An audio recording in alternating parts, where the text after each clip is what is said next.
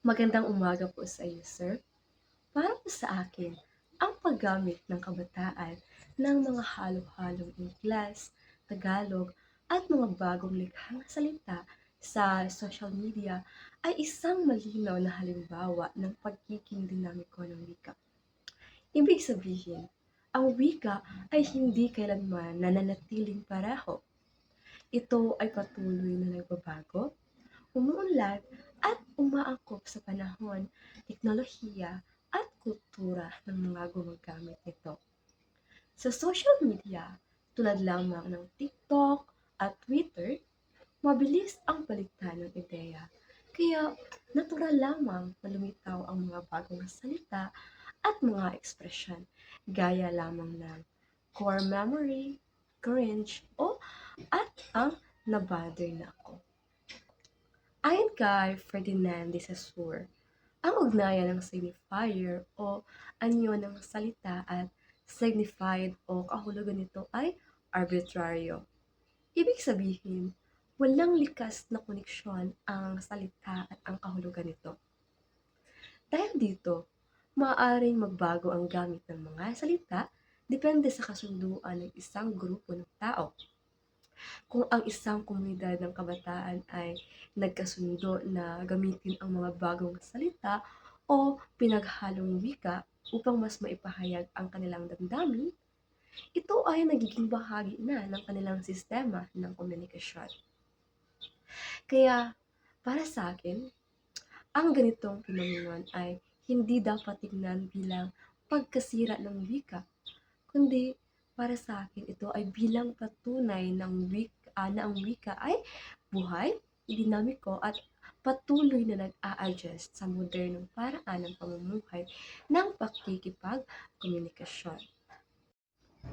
Sa ikalawang bahagi ng pagsusuri, gamit ang teorya ni Delheims na communicative competence, maipagtatanggol ang kabataan laban sa paratang na sinisira nila ang wika.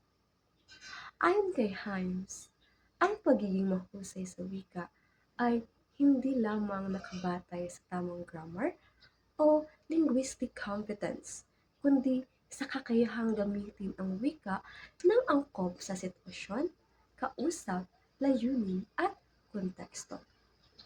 Sa social media, ang mga kabataan ay gumagamit ng informal, creative, at halo-halong wika dahil ito ang naaangkop sa mabilis, digital, at interpersonal na komunikasyon sa online environment. Hindi ito basta paggamit lamang ng slang, kundi isang paraan ng pag-angkop sa kulturang umiiral sa internet kung saan mahalaga ang pagiging expressive, relatable, at emotionally engaging. Ipinapakita rin nito na naiintindihan ng kabataan ang kanilang audience na kadalasan ay kapwa-kabataan din na may parehong kultura at paraan ng pakikipag-usap. Sa ganitong paraan, naipapakita nila ang mataas na antas ng communicative competence dahil marunong silang magbago ng rehistro ng wika depende sa sitwasyon formal sa akademikong usapan at informal sa social media. Kaya mali ang sinasabing sinisira nila ang wika. Sa halip, ipinapakita nila ang pagiging epektibo at flexible sa paggamit sa modernong konteksto. Sa ikatlong bahagi naman, makikita sa sitwasyong ito ang tunggalian ng kapangyarihan sa wika sa pagitan ng nakakatandang henerasyon at kabataan. Ayon sa konsepto ni Antonio Gramsci tungkol sa linguistic hegemony, ang mga institusyon tulad ng paaralan, akademya, at mga eksperto sa wika ay may kapangyarihang magtakda kung ano ang itinuturing na tama, formal, at pamantayang wika.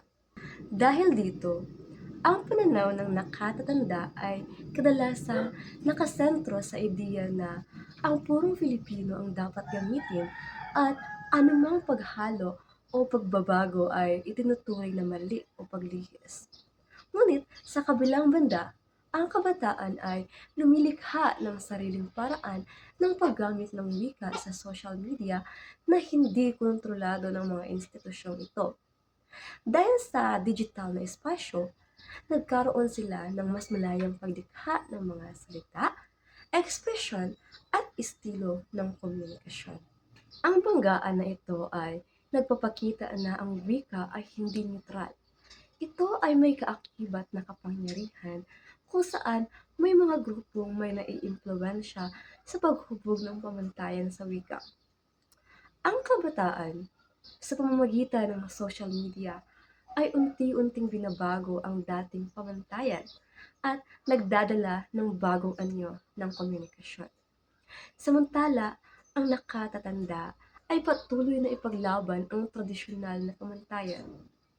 Sa ganitong paraan, ang wika ay nagiging larangan ng ideolohiya at kapangyarihan na kung saan ang kahulugan ng tama at mali ay patuloy na pinagtatalunan at pinabago ng lipunan.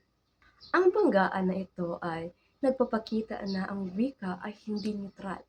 Ito ay may kaakibat na kapangyarihan kung saan may mga grupong may naiimpluwensya sa paghubog ng pamantayan sa wika. Ang kabataan, sa pamamagitan ng social media, ay unti-unting binabago ang dating pamantayan at nagdadala ng bagong anyo ng komunikasyon. Samantala, ang nakatatanda ay patuloy na ipaglaban ang tradisyonal na pamantayan. Sa ganitong paraan, ang wika ay nagiging larangan ng ideolohiya at kapangyarihan na kung saan ang kahulugan ng tama at mali ay patuloy na pinagtatalunan at pinabago ng lipunan. Sa kabuuan, ipinapakita ng sitwasyon na ang wika ay dinamiko, may kakayahang magbago, at malapit sa kultura ng mga gumagamit nito. Sa pamamagitan ng teorya ni Saussure, nakita natin na arbitraryo ang wika, kaya natural ang pag-usbong ng bagong salita.